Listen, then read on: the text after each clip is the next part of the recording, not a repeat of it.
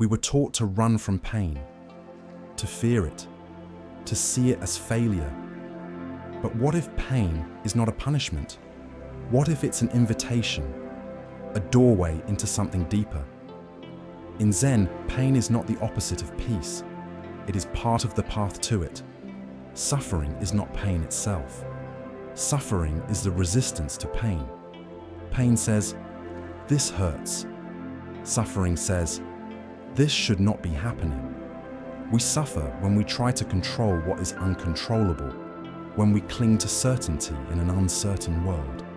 Zen invites us to sit with what is, to let go of the inner commentary, to stop asking, "Why me?"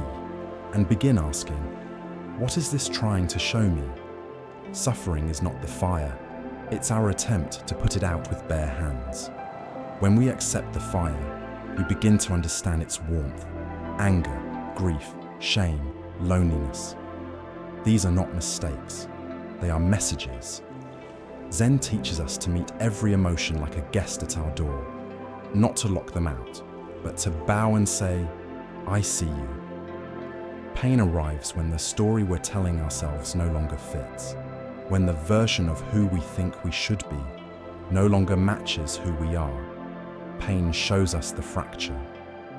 But in that fracture, there is truth. And truth is where transformation begins. Pain without awareness becomes suffering. Pain with awareness becomes insight. Awareness doesn't remove the discomfort, but it removes the chaos. To sit in pain consciously is to reclaim your power. Zen asks us to observe, not to identify, not to escape, just witness. "I am feeling pain" is different from "I am pain." One creates space, the other creates identity. You are not your pain. You are the one who sees it. Most suffering lingers because we hold on.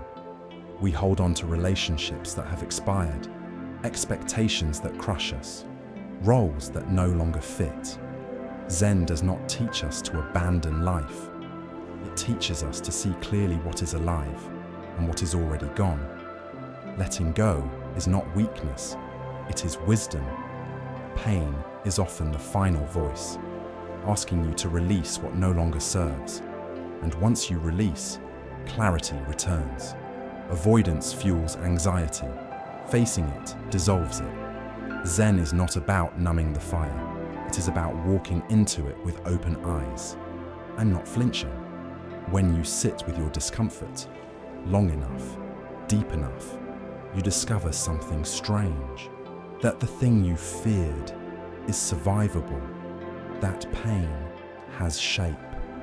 And every shape has an edge. And every edge can be softened. You soften it with presence. People believe peace is the absence of struggle. Zen says peace is presence.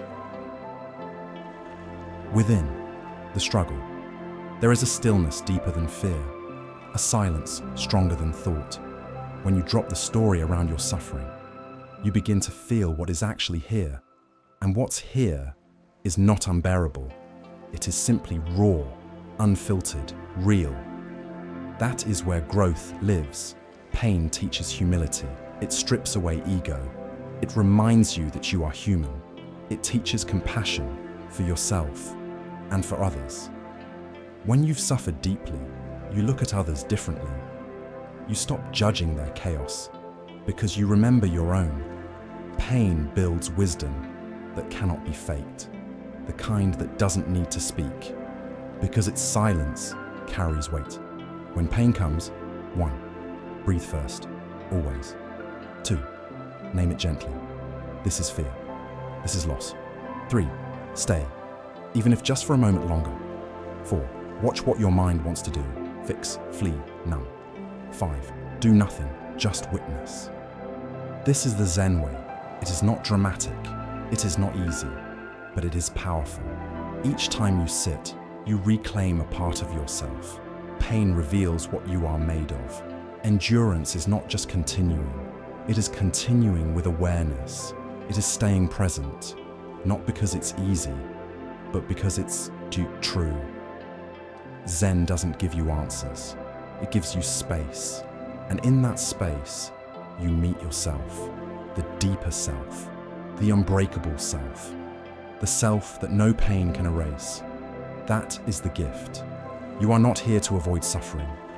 You are here to understand it, to listen to it, to walk with it, not forever, but just long enough to learn what it came to teach you. So breathe. Be still. Let the pain speak. And when it's done, let it go. Because you are not broken. You are becoming.